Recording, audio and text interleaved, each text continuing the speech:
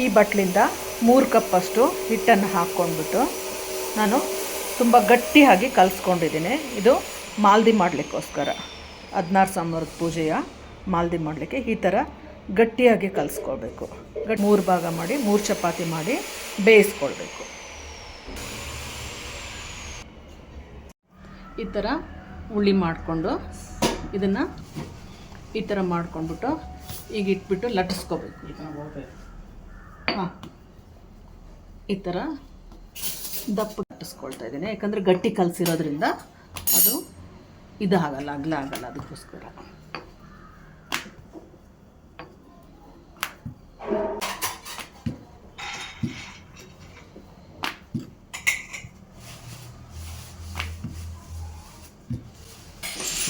ಈ ಥರ ಇಷ್ಟು ಅಗಲ ಮಾಡ್ಕೊಂಡಿದೆ. ಇದು ಇಷ್ಟು ದಪ್ಪ ಇದೆ ಚಪಾತಿ. ಈಗ ಇದನ್ನು ತವಾಗ ಹಾಕಿ ಬೇಯಿಸ್ಕೋಬೇಕು. ಈ ಥರ ಹಿಂಗೆ ತಿರುವು ಹಾಕ್ಕೊಂಡು ಮತ್ತೆ ಚೆನ್ನಾಗಿ ಬೇಯಿಸ್ಕೋಬೇಕು. ಬಟ್ಟೆಯಲ್ಲಿ ಹಿಂಗೆ ಒತ್ಬಿಟ್ಟು ಬೇಯಿಸ್ಕೋಬೇಕು. ಈಗ ಇದು ಚಪಾತಿ ರೆಡಿ ಆಗಿದೆ. ಈ ಥರ ಕೆಂಪಗೆ ಬೇಯಿಸ್ಕೋಬೇಕು.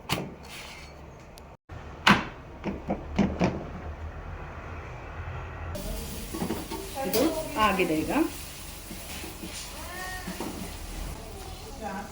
ಈ ಥರ ಮುರ್ಕೋಬೇಕು ಸಣ್ಣಗೆ.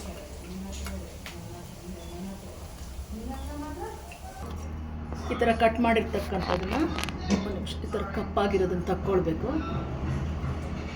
ತಕ್ಕೊಂಡ್ಬಿಟ್ಟು ಈಗ ಮಿಕ್ಸಿ ಜಾರ್ಗೆ ಹಾಕಿ ಮಿಕ್ಸಿ ಮಾಡ್ಕೋಬೇಕು. ಚೆನ್ನಾಗಿ ಮಿಕ್ಸಿ ಮಾಡಿರೋದನ್ನ ಈ ಥರ ಜರಡಿ ಹಿಡ್ಕೋಬೇಕು. ಒಂದೇ ಹದಕ್ಕೆ ಬರುತ್ತೆ. ಈ ಥರ ಕೈ ಆಡಿಸಿ ಜರಡಿ ಹಿಡ್ಕೋಬೇಕು. ಪುಡಿ ಮಾಡಿರೋದಕ್ಕೆ ಒಂದು ಸ್ವಲ್ಪ ಬೆಲ್ಲ ಹಾಕಬೇಕು. ಬೆಲ್ಲ ಹಾಕಿ ಮೇಲ್ಗಡೆ ಮತ್ತೊಂದು ಸ್ವಲ್ಪ ಪುಡಿ ಹಾಕ್ಬಿಟ್ಟು ಈ ಥರ ಪುಡಿ ಹಾಕ್ಬಿಟ್ಟು ಮಿಕ್ಸಿ ಮಾಡ್ಕೋಬೇಕು.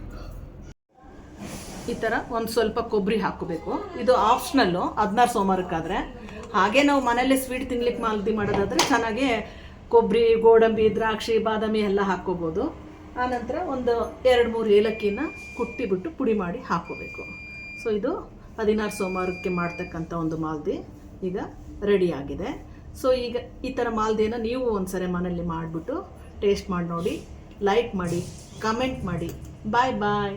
Thank you.